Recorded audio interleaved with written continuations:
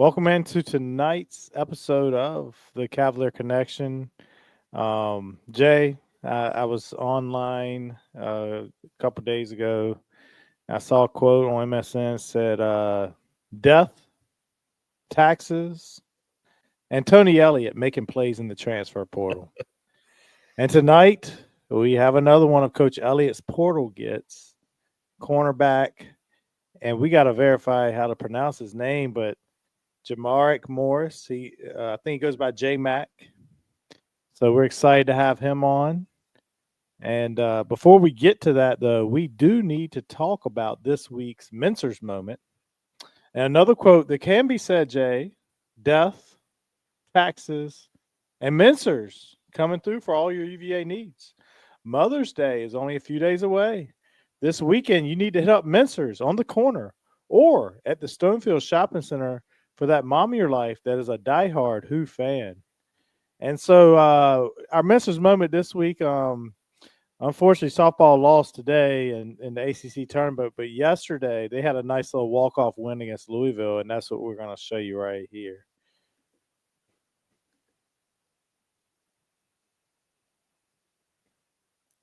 Always good to get a postseason win, walk off. You feel like you're gonna build momentum. Unfortunately, it didn't carry over to today, but definitely a tournament team, and we'll see what their seed is. I think they'll probably get it's a borderline 2 to 3. I think.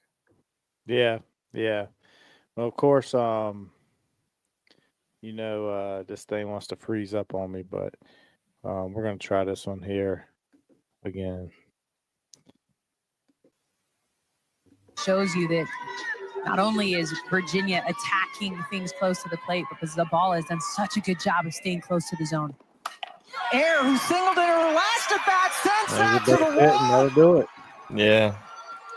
You get that walk-off win, get the big celebration. You hope it carries over. Unfortunately, it didn't today, but an ACC championship game. Definitely a tournament team. They'll probably hover on that 2-3 line somewhere. One-run ball game. I mean, if I'm the 1 seed, I don't want to see them in my region. I can tell you that. Yeah, the first ACC tournament win since 2011 for the girls. So excellent, nice to see. They lost today 7-4 to Louisville. I'm sorry, to Clemson. And I watched a decent amount. They took a 2-1 lead, and then Clemson came up, hit a 2-run homer, went back up 3-2. That was in the fifth, the last I saw. And then I was checking the score, and they lost 7-4. So the bugaboo for them has been, letting things get away on the mound, giving up big innings. And, they've blown some pretty big leads against good teams. I mean, they can hit and play, but games you'd really like to see them finish. But, hey, the postseason's where you decide what's going to go down. So hopefully they can right the ship and, maybe get to a super regional or better. Yeah. But, congratulations to Kelly Ayer, this week's Mensor's Moment winner with her walk-off versus Louisville. All right. And with us tonight is one of Coach Elliott's newest additions, 6'3", 205-pound corner who started his career at Hutchinson Community College. I think you then went to UCF and then continued at Georgia State last season. Welcome to the Who's, Jmac Morris. How are you doing tonight? I'm doing good. I can't complain. How are y'all doing? Doing great, thanks. We appreciate you coming on. Thank you for having me. It's an honor. Thank you for having me. Yeah, thank you. So, you started your career at Hutchinson Community College. What was your recruitment like coming out of high school? I'd say recruitment for me was like slow. I went to a small 1A school, so you know how that go. You have to play both sides of the ball.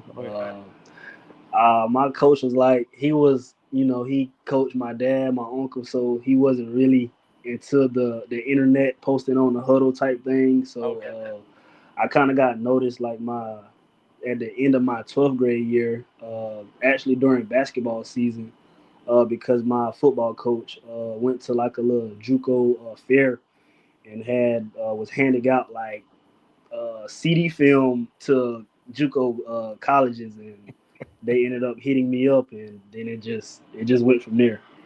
That's awesome. Yeah. So you left Hutchinson and then played. Was it 2 years at UCF? It was a year. Yeah, I Like, did a year, and they ended up firing the coaching staff. So I played spring, and then I had decided to hit the portal. okay. And then you went to Georgia State from there, right? Yes, sir. Okay.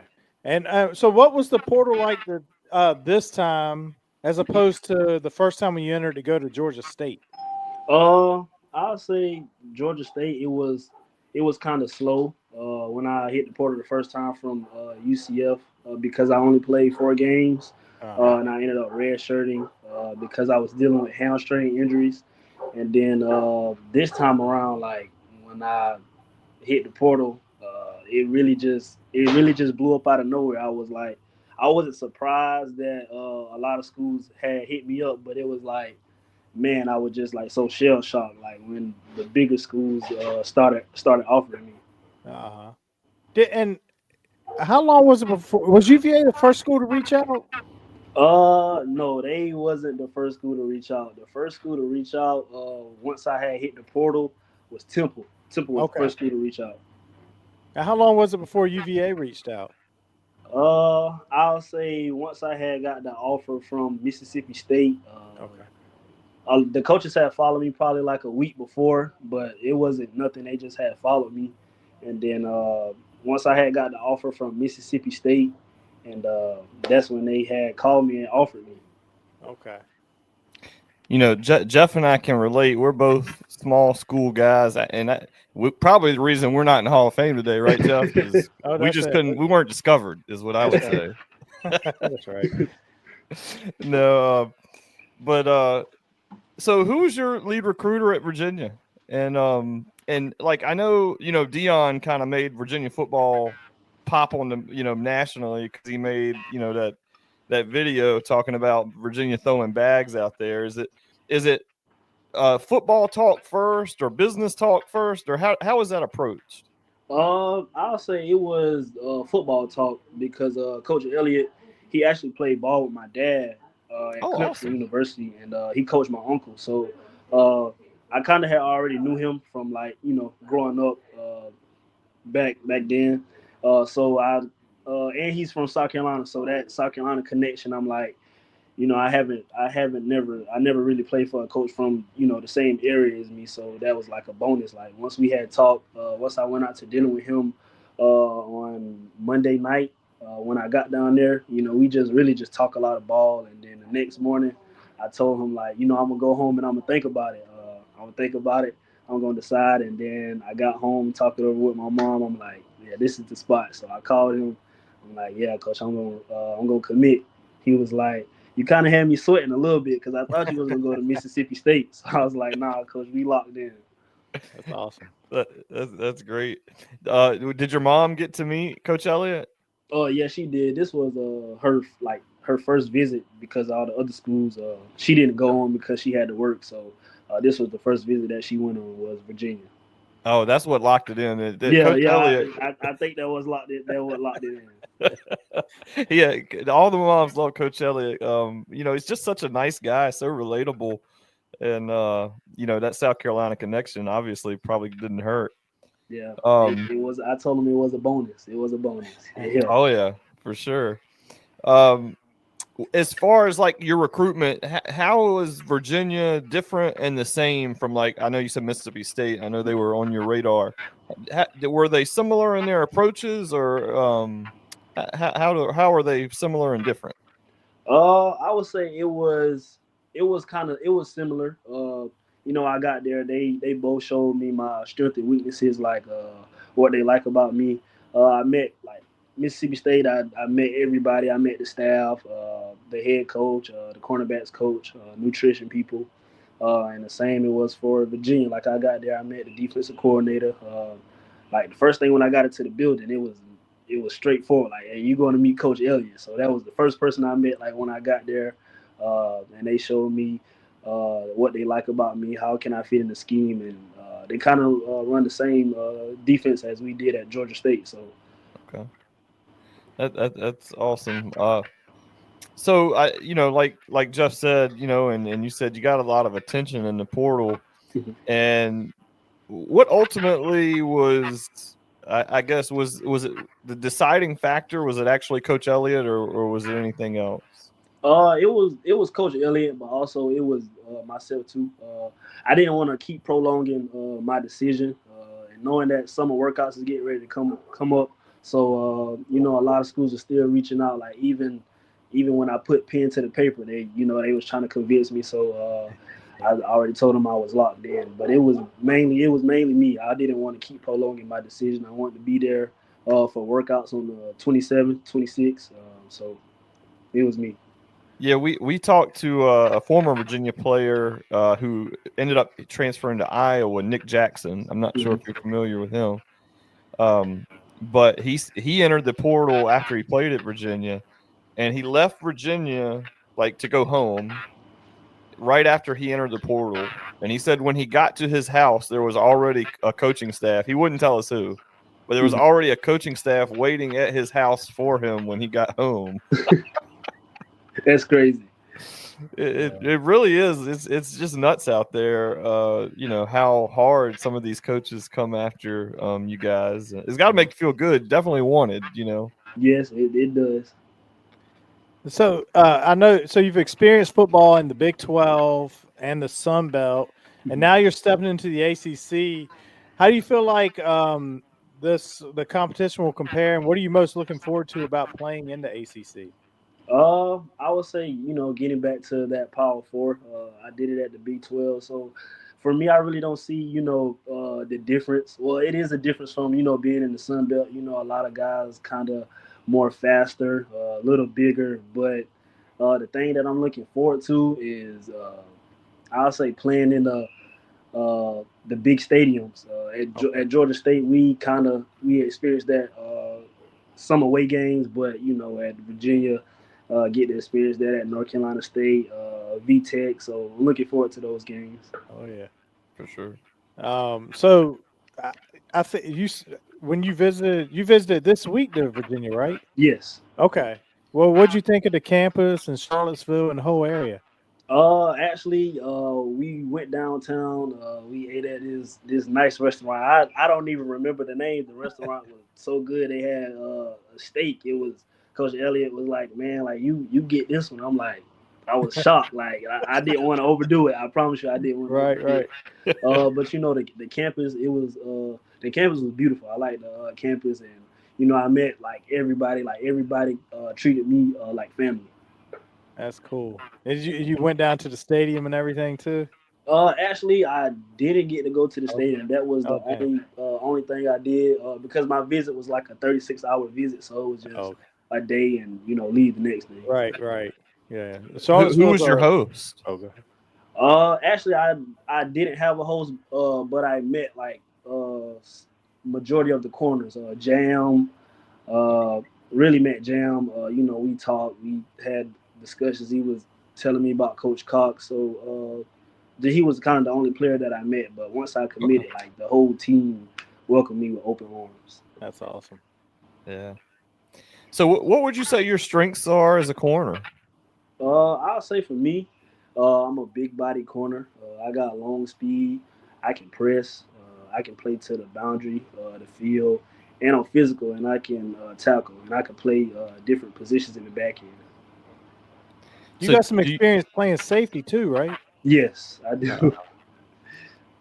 When you talk to Coach Rudd, does he envision you more as like a boundary corner or more playing on the back end as a safety?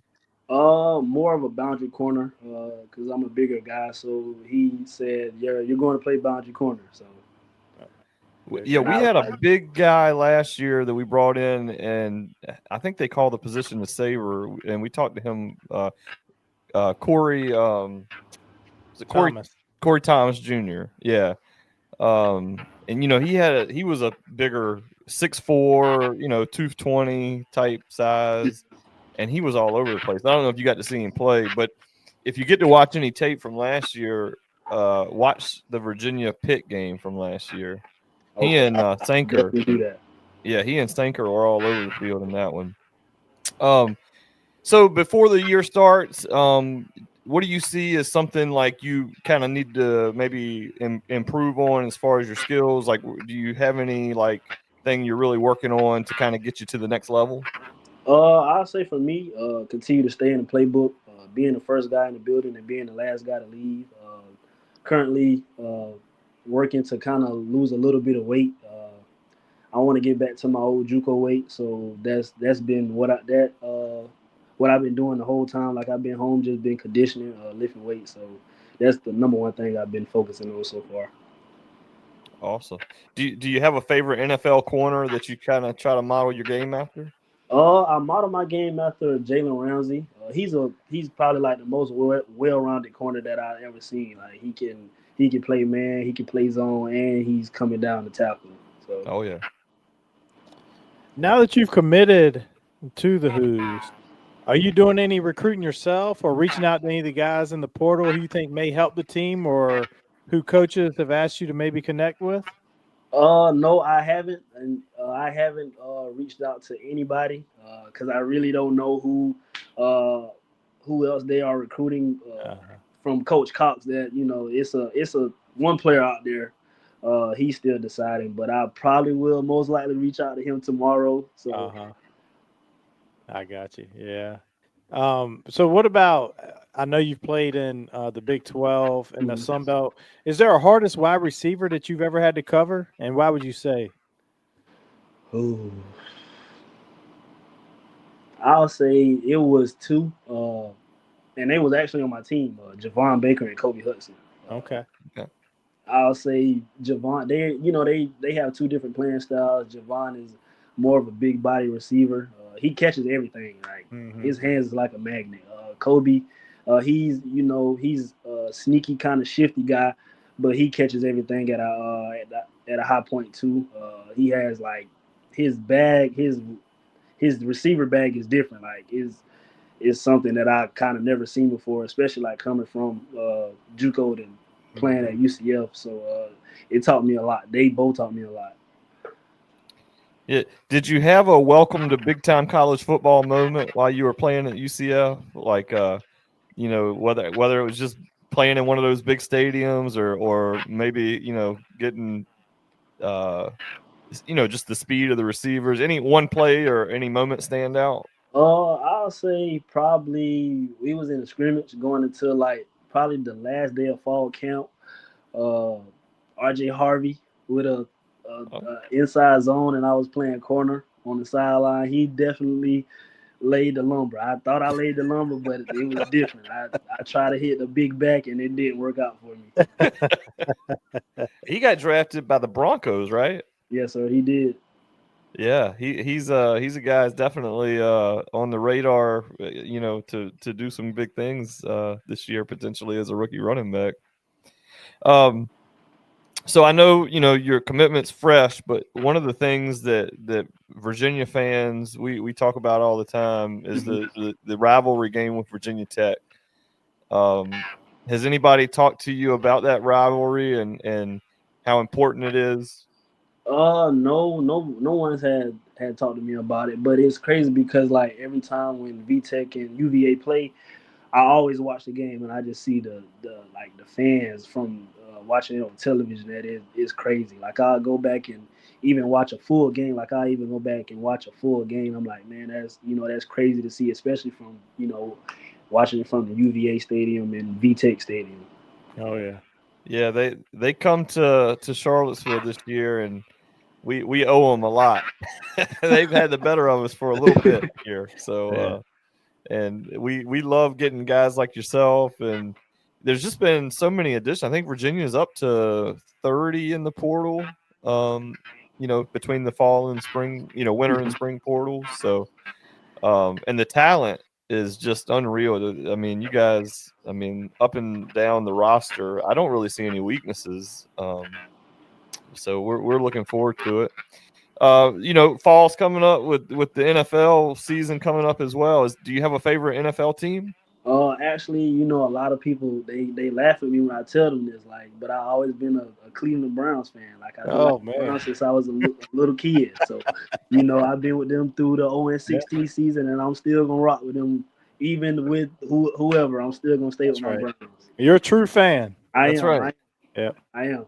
We're Commander fans, so we've suffered. We've suffered for quite a while. We finally had something good happen this past See, year. y'all made it to the playoffs last year. Y'all That's got right. y'all got a good thing going.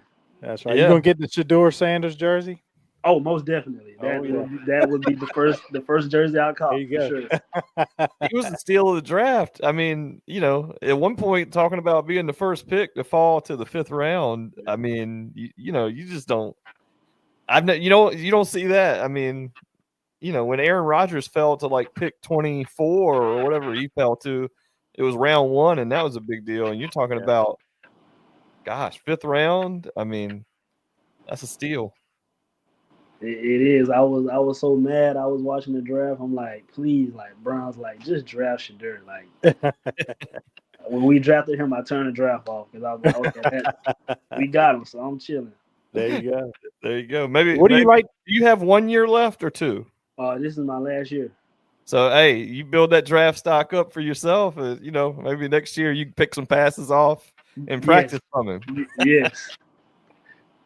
What do you like to do in your free time?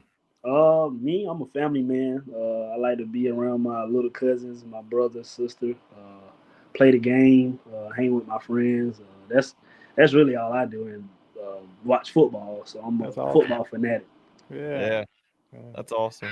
So, what do you plan on studying at Virginia? Say that again. What do you plan on studying while you're at Virginia? Actually, I already got my degree at UCF, so I'm gonna try to get I don't know if it's it's different, a certificate. It's kind of like getting your master's, so I'm gonna do that in either health and wellness or something else. They didn't say. They gave me a health and wellness option and something else. Okay, perfect. Hey, for an athlete, that's perfect. Yeah. So, do you have any final words for Wahoo Nation?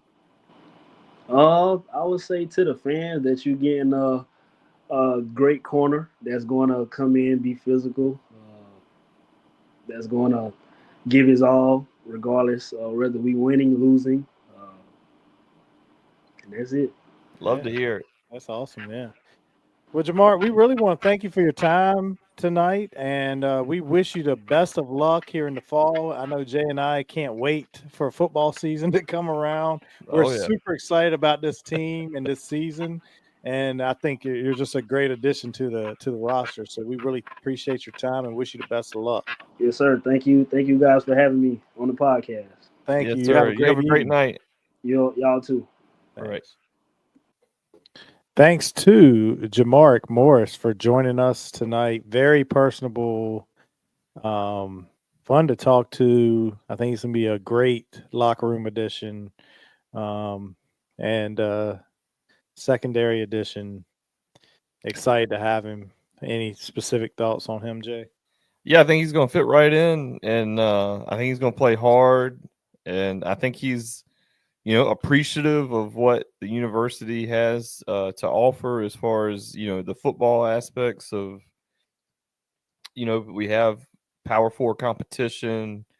You get to play in a lot of beautiful stadiums, and all that kind of stuff matters. I mean, especially to a young man who, he played at UCF. So he's played in some big stadiums, but not weekly, like you said, and in Georgia State, same kind of thing.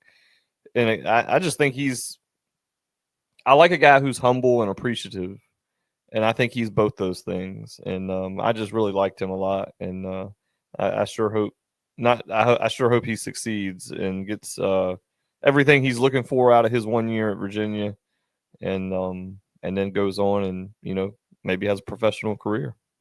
Yeah, I almost asked him a dumb question. I knew there was a connection with Coach Elliott, a family member connection, and I was trying to think of it as we were sitting there because when you get to a certain age, you forget things. I had already read about this that his dad played with Coach Elliott, but in my brain I almost said, "Your dad played for Coach Elliott at Clemson," but then I was like, I kept thinking about it. I was like, "That's not correct." There's a connection there, and I was just like, and I was glad he brought it up because I knew there was a connection there, but I could not think of it for the world of me. And I read the article I read an article by I don't remember who wrote this one, regarding. Yeah, Coach Elliott had to feel really good with the South Carolina connection, the family connection. And if Coach Elliott gets Mom to campus, go ahead and get the tweet ready because they're committing. Another thing that this is, and you already kind of mentioned this, he's got a humbleness about him. When he's talked about when he went out to eat with Coach Elliott in Charlottesville, and he said, "I got that steak," but he also said, "I didn't want." I didn't want to take advantage of the situation or whatever. Right. So nice. You like a kid like that. Yeah. And listen, you deserve the most expensive steak on the menu. Like they're here to court you, but you appreciate people who, like you said, who appreciates things. And right. I thought that was really, really cool and telling about him because. And I know he's a Browns fan, so telling about him, he's a humble guy as a Browns fan. But and this is not Shador Sanders, the humble side. I know, he likes Shador. Shador would have went for the $200 steak. He'd have got the tomahawk. This one's on you, Coach. That's right. But no, it's pretty cool. It's just just a little tidbit from that I thought was pretty cool. So no, for sure. That people like that, you just want the best for them, and you just want them to succeed on and off. We want all the guys to succeed on and off the field, but it's just folks like that you pull a little extra for. So yeah, we appreciate him coming on, and to Coach Elliott's, as we said, death taxes and Elliott in the portal, and boom, he's been working. We're going to wrap it up. Baseball got Miami this weekend, big series, trying to get into the dance. Got to get 2 out of 3 at a minimum to keep your hopes alive, I think. Coach, and then Coach Odom, I'm hoping for some big news coming here in the next week or so with a couple players. Yeah, we get DeRitter and Malik Thomas. If we get them, I'm telling you, Jeff, I think we're top 15 in the country. Look. Yeah, I just can't even. We'll have to talk about that another time. I get a little giddy here, and I don't want to make too much of a fool of myself on air. I hear some very conservative things being said by other podcasts when it comes to predictions, and I probably should be more reserved. But I already feel like with what we have, we're far better than we were last year.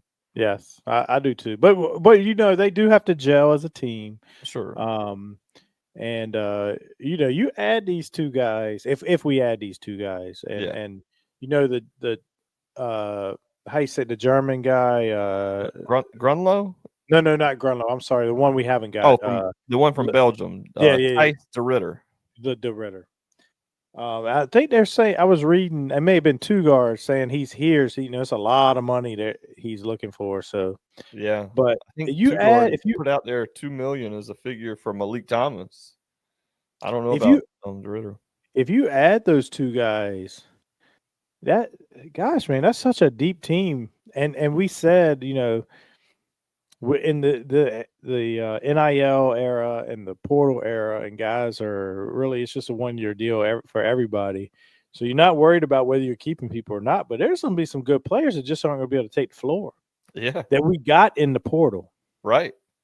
There's just not any minutes for all these guys. No, but I think, one thing about Coach Odom, if you look at what he's done in the past, he plays 10 guys, like double-digit minutes consistently. And so he wants to play up tempo. He will play to his strength, whatever that is. Right. He's not one of those coaches. It's like, this is my system. This is what we're going to do. Right.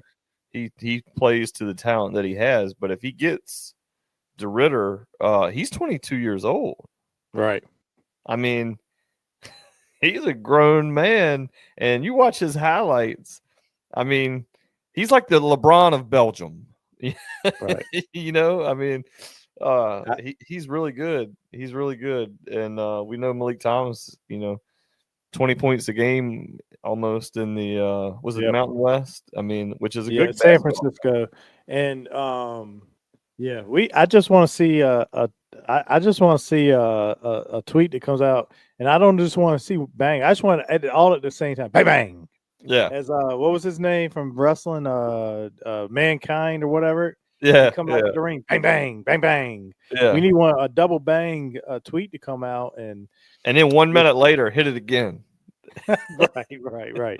And we got and you add these two guys and then you know what's crazy, which I'm hoping this one does not come back because I do want these two guys. You know, they're talking about Duke Miles is being re-recruited. What? Yes. I have not heard that. Yeah. So Duke Miles, he transferred from Virginia. He goes to, where'd he go to? Texas A&M. Texas A&M. Then he went back in the portal, and then they listed yesterday or day before schools recruiting Duke Miles, and Virginia's listed again. And then I would not get that guy the time of day. The two-guard put something out about it, and he said, you know, and you know, I don't know who his inside sources are, but he says, you know, before he was like exactly what you're saying, but then he says, you know, we'd rather have probably these other two guys for sure, Yeah. but it's just people around him that potentially caused this transferring, and he didn't care. He wasn't upset about these guys coming in. Yeah, I'm not upset. I just don't want. I mean, I just don't think we need. Sometimes in the job, you know, when you're working and somebody puts in a notice, and you know, depending on the employee, we say no takesy backsies. And so like for him, and I don't know what his background is, somebody will go get him, but and I wish him the best, but I would say no takesy backsies. Yeah. But we'll see. But yeah, Virginia's, I guess they're re-recruiting him again, but we'll see from there. But exciting stuff in basketball. Yeah. Baseball, big series this weekend. Softball, like you said earlier, NCAA tournament team, and lacrosse let us down this year a little bit. So hey, it's almost time for football season. It's almost football season. As soon as baseball and softball are over, it's football season. I don't rush the summer for the kids' sake, but for football's sake, good God. Yeah. Well, we wrap this one up here tonight. Once again, thanks to Jmac Morris for joining us, and we will be back at you again next week. Have a great evening. Go Hoos. Yep. Go